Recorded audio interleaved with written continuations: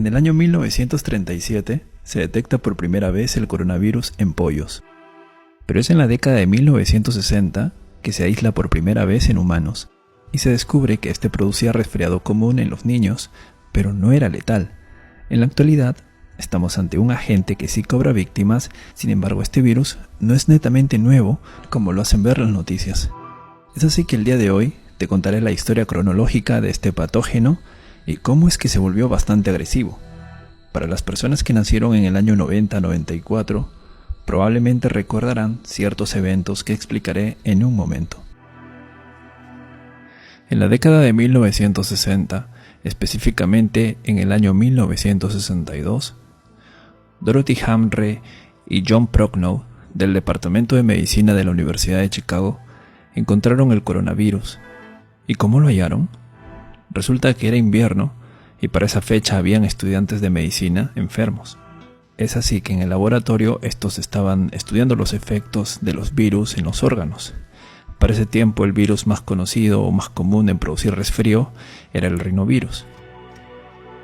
Es así que tomando un poco de células de las fosas nasales de estos pacientes que estaban enfermos y a su vez inoculando estos en un pedacito de riñón humano, observaban cómo habían ciertos patrones de inflamación.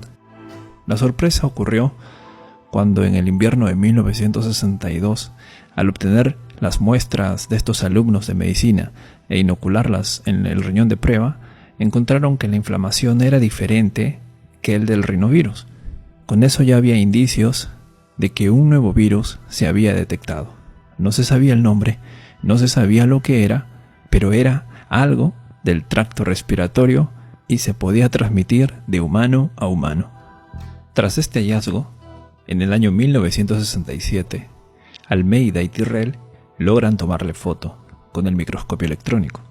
De esa forma se descubre por primera vez su estructura de corona.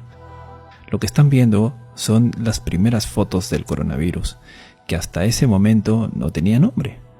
Cabe resaltar que los microscopios convencionales no tienen la capacidad para ver el virus.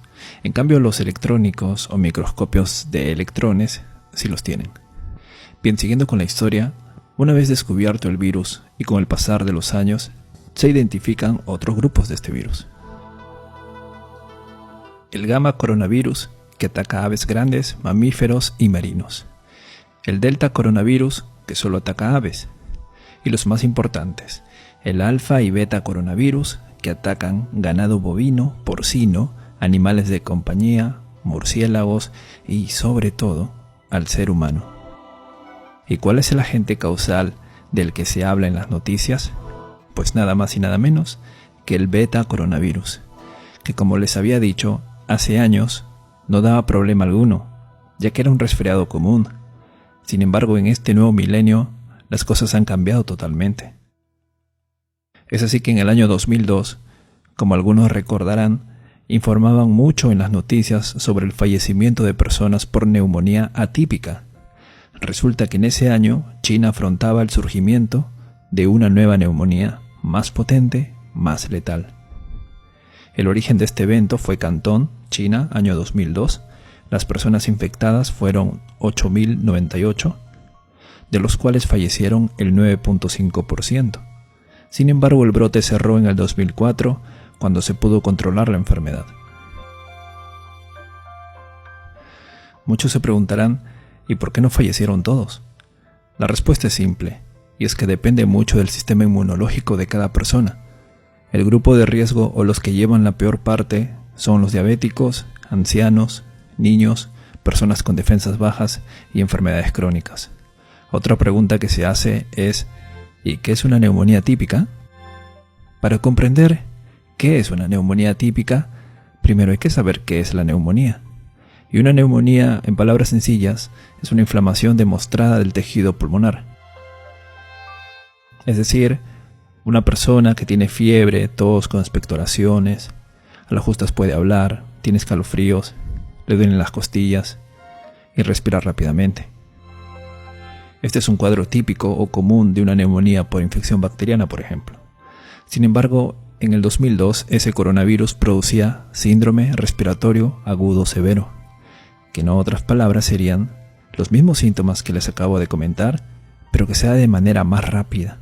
Y la persona se asfixia, no puede respirar, además se le suma dolores musculares y fiebres muy altas. Esto fue lo que salía en las noticias ahí por el año 2002-2003.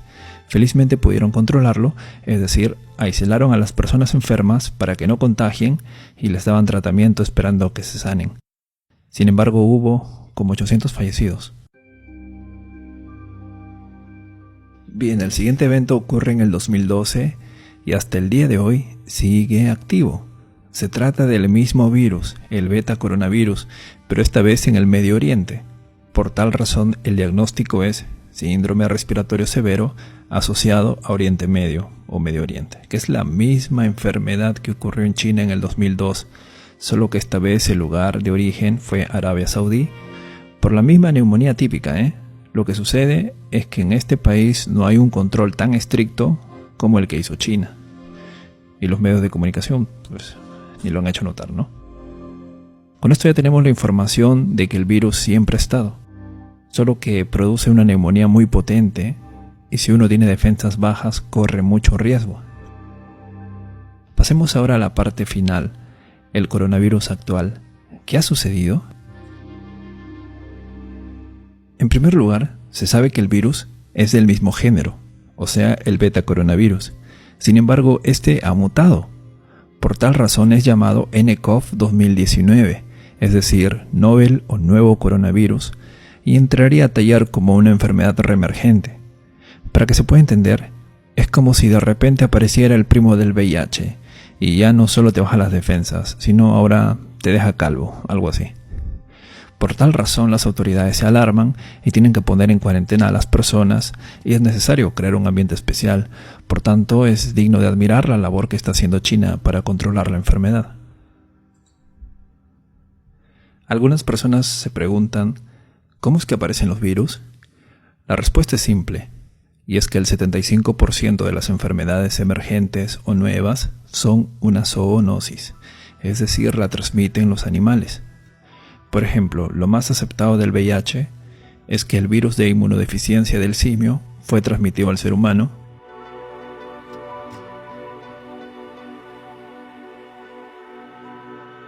pudo acoplarse en este y a su vez mutó para ser transmitida solamente a otros humanos.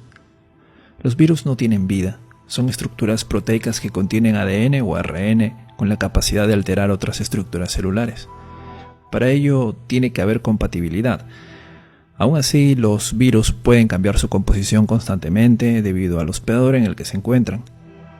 Es por eso que todos los años, digamos, te da la gripe, salvo que genéticamente seas resistente a estos virus. También cabe resaltar que su tiempo de vida media en el ambiente es limitado. Y por otra parte, el coronavirus es termolábil, es decir, no sobrevive en el calor. Tampoco sobrevive al alcohol, dado que su secuencia de ARN se destruye. Para finalizar, hablemos del nCoV. Esto sucede a finales del mes de diciembre, en la zona de Wuhan, provincia de Hubei. De repente varias personas empiezan a padecer de neumonía, de los cuales muchos de estos entraban a cuidados intensivos debido a la intensidad de esta enfermedad, algo que llamó la atención de los médicos. Por tal razón, lo constataron como un brote local y probablemente se trate de una nueva enfermedad. Es así que al hacer las preguntas a los pacientes, estos decían que habían estado en el mercado de pescados y mariscos de Wuhan. Por lo cual, el 1 de enero se cerró ese mercado, y las autoridades chinas informan a la OMS sobre una serie de casos de neumonía de origen desconocido. Cabe resaltar que en el mercado existen animales vivos y humanos que conviven, por tal razón podría tratarse de una zoonosis. El 7 al 8 de enero, tomando muestras de los pacientes enfermos, los científicos encuentran que se trataba de una nueva cepa de coronavirus y fue catalogado como nCoV. El 11 de enero sucede la primera muerte producto de este patógeno. El 12 de enero, China informa la secuencia genética de este virus. De esa manera ya se pueden hacer los primers o cebadores que permiten identificar el virus mediante exámenes de laboratorio. El 13 se notifica el primer caso o persona infectada fuera de China. El 17, Un artículo publicado en el Imperial College de Londres advierte que el número de casos de Wuhan es cerca de 1700. El 20 se confirma que el virus se puede transmitir entre humanos. El 23, la OMS reconoce la emergencia china, pero asegura que es prematuro hablar aún de una emergencia sanitaria a escala mundial. El 24 se confirma el primer caso en Francia. El 25, más de 40 fallecidos y 1000 casos confirmados, además de 56 millones de personas confinadas en la provincia de Hubei, o mejor dicho, puestas en cuarentena. El 28, varios países organizan la repatriación de sus ciudadanos a China. Asimismo, el país solicita que los traigan de vuelta, dado que son 5 millones de personas que salieron de Wuhan antes de que la ciudad se haya declarado en cuarentena, y por tal razón hay preocupación de que pueden ser posibles portadores del coronavirus. Lo que sucede es que algunas de estas personas viajaron por vacaciones de Año Nuevo lunar y otros huyendo de la epidemia. De hecho, gran parte del segundo grupo abandonó la capital de la provincia de Hubei y se dirigió a ciudades vecinas. Aunque el Estado moviliza grandes lotes de materiales y suministros médicos hacia Hubei, las autoridades locales advirtieron que había un gran déficit de estos productos por la cantidad de enfermos que surgen a diario. Ahí salen las noticias, esto del hospital construido en 10 días, por ejemplo. El 29 de enero se confirma que la epidemia, o pandemia ya en este caso, supera la cantidad de casos registrados durante la epidemia del 2003, que fueron cerca de 8.000 personas. Actualmente ya vamos cerca de 10.000. Hoy 31 de enero. Les dejo en la descripción del video el mapeo hecho por la Universidad de Johns Hopkins, donde se aprecia la cantidad de estos casos confirmados, o sea que tienen la enfermedad verazmente, así como cuántos han fallecido y cuántos se han recuperado. El 26 de enero habían cerca de 3.000, ahora ya hay casi 10.000, y probablemente seguirá subiendo. Y por último, el 30 de enero del presente año, la OMS la declara emergencia de salud pública a nivel internacional. Entonces, estimados amigos, estamos bajo una amenaza en la cual se está haciendo todo lo posible para controlarla. Lo mejor que se puede hacer es alimentarse bien para aumentar las defensas y evitar en lo posible contacto con personas con problemas respiratorios y que hayan venido de Asia. Y si la enfermedad ya está en tu país, evitar el contacto con enfermos de carácter respiratorio, dado que la enfermedad se transmite por gotas de saliva o secreciones de pacientes, ya que estos contienen viriones y pueden sobrevivir horas. Si una persona infectada estornuda y se tapa con la mano, su mano está contaminada, y si con esa mano toca un botón, pues lo contamina. Si saludas en la cara a alguien infectado, pues terminas contaminándote la cara. Ojo, si en este momento tienes gripe, digamos, y no has tenido contacto con alguien procedente de Asia, no entras en los casos probables para identificar coronavirus, sino otros tipos, ya sea influenza o rinovirus. Si vas al hospital a solicitar que te detecten coronavirus, es por las puras, porque lo que se espera son pacientes que vengan de Asia, porque serían los casos sospechosos. Espero que se entienda, y que hayan comprendido algo más con respecto a esta enfermedad. Mientras haya un control riguroso en cada país, la enfermedad no avanzará. Y aún así, quienes están en riesgo son los niños, ancianos, personas con defensas bajas. Por eso hay que aumentar las defensas y a cuidarse. Nos vemos.